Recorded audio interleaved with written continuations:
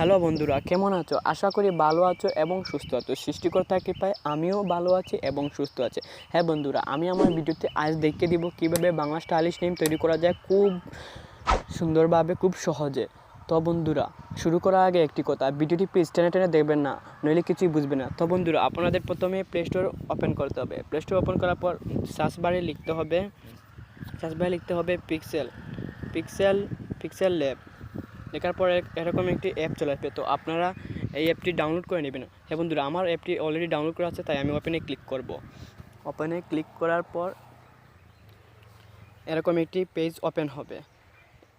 Open হওয়ার পর আপনারা কি করবেন, আপনারা এখানে ক্লিক করে দেবেন। এখানে ক্লিক করার পর আপনারা একটা ব্যাকগ্রাউন্ড চয়েস করে নেবেন। তো ব্যাকগ্রাউন্ড চয়েস করার জন্য এই অনেকগুলো অপশন আছে। এখান থেকে আপনারা ফ্রম গ্যালারিতে ক্লিক করে দেবেন।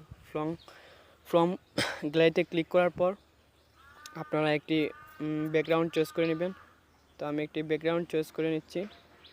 তো হ্যাঁ, আমি ইচ্ছা মতো মনের মতো একটা ব্যাকগ্রাউন্ড দিয়ে দিতে পারেন, কোনো সমস্যা নয়।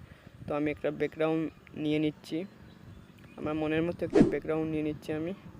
হ্যাঁ, এটা আমার ব্যাকগ্রাউন্ড। তো আমার ব্যাকগ্রাউন্ডটি হয়ে গেল। তো বন্ধুরা, তারপর কী করতে হবে, তারপর আপনারা এখানে ক্লিক করতে হবে। এখানে ক্লিক করার পর এখানে এডিটে ক্লিক করতে হবে। তো আপনি একটা নাম চয়েস করবেন আমরা মনের মতো। তো আমি আমার মনের মতো একটা নাম চুজ করছি। হ্যাঁ, ইচ্ছা মতো আপনার মনের মতো নাম তৈরি করতে পারবেন, কোনো সমস্যা নয়। তো ওকেতে ক্লিক করে, তো আমার নামটি হয়ে গেল। তো আপনারা তারপর কী করবেন, তারপর কীভাবে, এখন আমি দেখিয়ে দিব কীভাবে। হ্যাঁ বন্ধুরা, এর আগে একটা কথা বলি, আপনারা ইচ্ছা মতো কিন্তু এখানে নাম আপনারা অনেক ইচ্ছা মতো আপনার নাম ফ্রন্ট চেঞ্জ করতে পারবেন। তো আমি আমার ফ্রন্ট চেঞ্জ করছি না, আপনি স্টাইলও চেঞ্জ করতে পারবেন, লেখার স্টাইলও আপনি চেঞ্জ করতে পারবেন। তো আমি লেখার স্টাইল চেঞ্জ করে দিলাম। তো আপনি মনের মতো অনেক কিছু করতে পারবেন। তো এখন আমরা মূল কাজে চলে যাই, কীভাবে এখন আমি দেখিয়ে দেবো কীভাবে লেখাতে কীভাবে কালার নেওয়া যায়। তো আপনারা এই লেখাটিতে ক্লিক করবেন। লেখাটিতে ক্লিক করার পর এখানে দেখবেন টেক্সচার লেখা আছে। এই টেক্সচারে ক্লিক করে দিবেন। লেখার পর এখানে আপনারা একটা সিলেক্ট করে দিবেন। তো আমি এখানে এই ব্যাকগ্রাউন্ডটা সিলেক্ট করে দিছি, এই ব্যাকগ্রাউন্ডটা আমি সিলেক্ট করে দিব। তো এই ব্যাকগ্রাউন্ডটা আমি সিলেক্ট করে কিছু ক্রপ করে নেবেন, আপনার ইচ্ছা মতো মনের মতো ক্রপ করে নেবেন। তো আমি এখানে ক্রপ করে নিচ্ছি, আমার ক্রপ করা হয়ে গেছে। তো বন্ধুরা, দেখতে পাচ্ছেন এখানে খুব সুন্দর কিন্তু নামটা কালার হয়ে গেছে। তো আপনি এখানে নিচে এসে দেখবেন এখানে এনেবল করে দিবেন। এখানে এনেবল করার পর নামটা আরও একটু আরও সুন্দর হবে, আপনার মনের মতো করে সাজিয়ে নেবেন। তো বন্ধুরা, ওকে ক্লিক করে দেবেন। তারপর মূল কাজে চলে যায়। তারপর আপনারা এই এখানে ক্লিক করবেন। ক্লিক করার পর ইম্পোর্ট লেখা আছে, সেখানে ক্লিক করে দেবেন। ইম্পোর্টে লেখার ক্লিক করার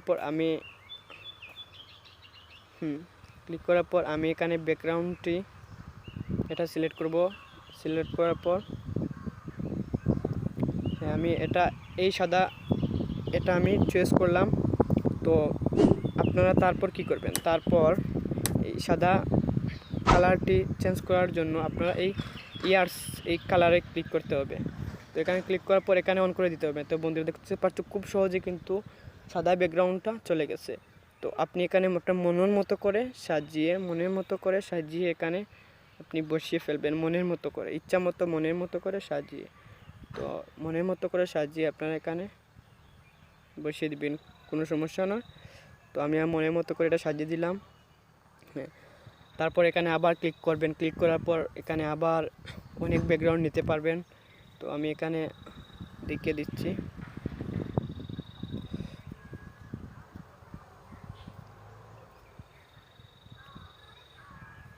তো আমি এটা ক্রপ করে নিলাম।